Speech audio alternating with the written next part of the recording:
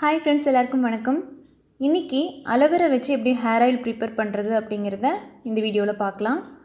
என்ன தான் மார்க்கெட்டில் நிறைய ஹேர் ஆயில்ஸ் கிடைச்சாலும் நம்ம வீட்டிலே ப்ரிப்பேர் பண்ணுற ஹோம்மேட் ஹேர் ஆயில்ஸ்னாலே ரொம்ப ஸ்பெஷல் தாங்க. ஹேர் ஆயில்னு பார்த்தீங்கன்னா நிறைய வெரைட்டிஸ் இருக்குது. அதுலேயே இந்த அலோவேரா ஹேர் ஆயில் ரொம்ப சூப்பராக இருக்கும். இந்த ஹேர் ஆயில் எப்படி ப்ரிப்பேர் பண்ணுறது அப்படின்னு பார்க்குறதுக்கு முன்னாடி இதோட யூசஸ் என்னென்ன அப்படிங்கிறத பார்த்துடலாம். ஃபர்ஸ்ட் என்ன அப்படின்னா, நம்மளோட ஹேருக்கு இது ஒரு நல்ல கண்டிஷ்னராக இருக்கும். ஹேரை ஸ்மூத்தாகவும் ஷைனியாகவும் வச்சுக்கிறதுக்கு ரொம்பவே ஹெல்ப்ஃபுல்லாக இருக்கும். ஹேர் ஃபாலை ஸ்டாப் பண்ணி நம்மளோட ஹேரை நல்லா வளர வைக்கும். அதுக்கப்புறம் பார்த்திங்கன்னா, நம்மளோட ஸ்கேல்பில் இருக்கக்கூடிய எல்லா பிரச்சனைகளையும் இது குணமாக்கும். அதாவது ட்ரை ஸ்கேல்ப் இருக்கிறவங்களுக்கு அந்த ஸ்கேல்ப்பை நல்லா கண்டிஷன் பண்ணி கொடுக்கும்.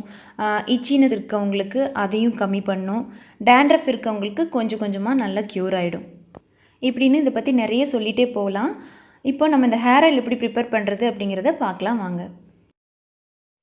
இப்போ இந்த ஆயில் ப்ரிப்பேர் பண்ணுறதுக்கு எந்தளவுக்கு உங்களுக்கு அலோவேரா வேணுமோ அதை கட் பண்ணி எடுத்துக்கோங்க. நீங்கள் கட் பண்ண உடனே பார்த்திங்கன்னா இந்த மாதிரி ஒரு எல்லோ கலரில் ஜெல் வெளியே வரும். ஸோ இதை நம்ம ஃபஸ்ட்டு வாஷ் பண்ணிக்கணும். இந்த ஸ்டெப் பார்த்திங்கன்னா ரொம்ப இம்பார்ட்டண்ட். ஸோ கண்டிப்பாக நீங்கள் இதை வாஷ் பண்ணிக்கணும். இப்போ நான் வாஷ் பண்ணிட்டேன். சைடில் இருக்க இந்த முள் பகுதி இருக்கு இல்லைங்களா, அதை கட் பண்ணி எடுத்துக்கோங்க. ஸோ ஃபுல்லாக அந்த சைடில் இருக்க எல்லாத்தையும் கட் பண்ணி எடுத்துடலாம்.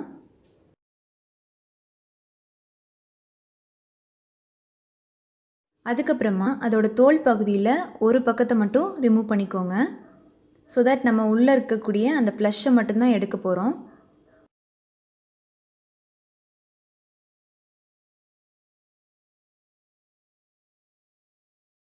தோலை ரிமூவ் பண்ணதுக்கப்புறமா உள்ளே இருக்கக்கூடிய ஃப்ளஷை இந்த மாதிரி ஒரு ஸ்பூன் வச்சு ஃபுல்லாக ஸ்கூப் பண்ணி எடுத்துக்கோங்க.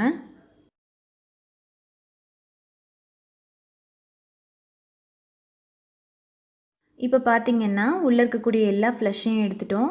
எடுத்ததுக்கப்புறமா இந்த மாதிரி ஒரு ஃபோர்க் ஸ்பூனை யூஸ் பண்ணி நல்லா பீட் பண்ணிக்கோங்க. நீங்கள் உங்கள் கையை யூஸ் பண்ணி கூட இதை நல்லா மசிச்சுக்கலாம். ஸோ இதை நல்லா பீட் பண்ணி முடிச்சதுக்கப்புறமா இதில் நம்ம ஆயில் மிக்ஸ் பண்ண போகிறோம். நல்ல சுத்தமான தேங்காய் எண்ணெய் கிடச்சிதுன்னா அதை வாங்கி மிக்ஸ் பண்ணிக்கோங்க. ஸோ இந்த ஜெல் கவர் ஆகிற வரைக்கும் நம்ம அந்த ஆயிலை விட போகிறோம். எந்த அளவுக்கு இந்த ஜெல் இருக்கோ அந்த அளவுக்கு நம்ம ஆயிலும் இதில் மிக்ஸ் பண்ணணும். தேங்காய் எண்ணெய்க்கு பதிலாக நீங்கள் ஆலிவ் ஆயில் கூட மிக்ஸ் பண்ணிக்கலாம். ஆலிவ் ஆயில் அப்படின்னா விர்ஜின் ஆலிவ் ஆயில்னு சொல்லி கிடைக்கும். அது ரொம்ப நல்லாயிருக்கும். ஸோ நீங்கள் அதை கூட யூஸ் பண்ணலாம். இப்போ நெக்ஸ்ட் ஸ்டெப் என்ன அப்படின்னா, ஸ்டவ் ஆன் பண்ணி இந்த மாதிரி ஒரு கடாயில் கொஞ்சமாக தண்ணி எடுத்துக்கோங்க.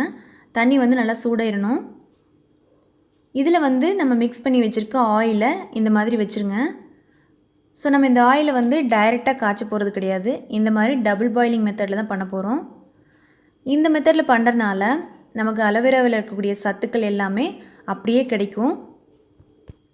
இப்போ தண்ணி நல்லா பாயில் ஆனதுக்கப்புறமா இந்த ஃப்ளேமை குறைச்சி வச்சுடுங்க. ஸோ நம்ம லோ ஃப்ளேம்லேயே வச்சு தான் இந்த ஆயில் ப்ரிப்பேர் பண்ணணும். ஸோ ஃபஸ்ட்டு நம்ம மிக்ஸ் பண்ணி வச்சோடனே இந்த ஆயில் இந்த மாதிரி வழவழன்னு தான் இருக்கும். ஏன்னா கற்றாழை கொஞ்சம் வழவழப்பாக இருக்கும். ஸோ இதெல்லாமே மாறணும். இதுக்கு கண்டிப்பாக நமக்கு ஒரு 20 to 25 மினிட்ஸ் ஆகும்.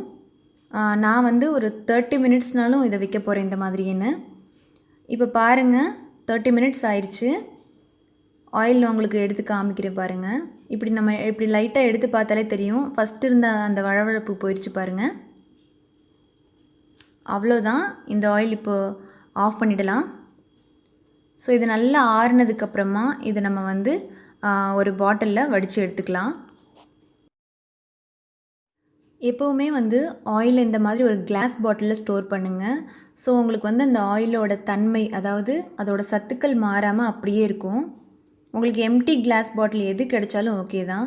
நீங்கள் இதுக்காக ஸ்பெஷலாக புதுசாக வாங்கணுங்கிற அவசியம் இல்லை. நல்லா க்ளீன் பண்ணிவிட்டு அந்த பாட்டிலில் நம்ம இதை வடித்து எடுத்துக்கலாம் அந்த ஆயிலை. இப்போ நான் இது கூட ஒரு எசென்ஷியல் ஆயில் மிக்ஸ் பண்ண போகிறேன்.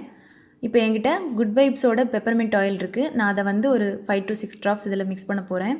உங்கள்கிட்ட எசென்ஷியல் ஆயில் இல்லை அப்படின்னா நீங்கள் ஆயில் காய்ச்சும் போதே எண்ட் ஸ்டேஜ், அதாவது லாஸ்ட் ஸ்டேஜில் இந்த மாதிரி ஆரஞ்சோட தோலை பீல் பண்ணி அந்த தோலை கூட நீங்கள் அதில் மிக்ஸ் பண்ணிக்கலாம். ஸோ அப்படி பண்ணுறனாலே உங்களுக்கு அந்த கற்றாழையோட பேட் ஸ்மெல் போய் ஸ்மெல் ரொம்ப நல்லாயிருக்கும். அதே சமயம் அந்த ஆரஞ்சோட தோலும் நம்ம ஹேருக்கு வந்து ரொம்ப ரொம்ப நல்லது. இப்போ இந்த எசென்ஷியல் ஆயில் நான் இப்போ விட்டுட்டுருக்கேன். ஒரு 6 to 7 ட்ராப்ஸ் இந்த ஆயிலுக்கு போதும். ஸோ இந்த ஆயிலை வந்து நீங்கள் வீக்லி ட்வைஸ் அப்ளை பண்ணுங்கள். ஓவர் நைட் அப்ளை பண்ணிவிட்டு மார்னிங் நீங்கள் நார்மலாக ஹேர் வாஷ் பண்ணுற மாதிரி பண்ணிக்கோங்க. உங்களுக்கு கண்டிப்பாக நல்ல ரிசல்ட் கிடைக்கும். இந்த ஆயில் உங்களோட ஹேரை வந்து நல்ல சாஃப்டாகவும் ஸ்மூத்தாகவும் ஆக்கும். ஹேர் நல்லா மேனேஜபிளாக இருந்தாலே உங்களுக்கு ஹேர் ஃபால் ரொம்ப கம்மியாகும். கண்டிப்பாக இந்த ஆயிலை ட்ரை பண்ணி பாருங்கள். உங்களுக்கு நல்ல ரிசல்ட் கிடைக்கும். ட்ரை பண்ணி பார்த்துட்டு உங்களோட ஃபீட்பேக்கை கமெண்ட்டில் சொல்லுங்கள். இந்த வீடியோ உங்களுக்கு யூஸ்ஃபுல்லாக இருக்குது அப்படின்னு தோணுச்சுன்னா ப்ளீஸ் இந்த வீடியோவை லைக் பண்ணுங்கள். மறக்காமல் நம்ம சேனலை சப்ஸ்கிரைப் பண்ணுங்கள். உங்களை இன்னொரு யூஸ்ஃபுல்லான வீடியோவில் சந்திக்கிறேன். தேங்க்யூ ஸோ மச் ஃபார் வாட்சிங் ஃப்ரெண்ட்ஸ். பபாய்.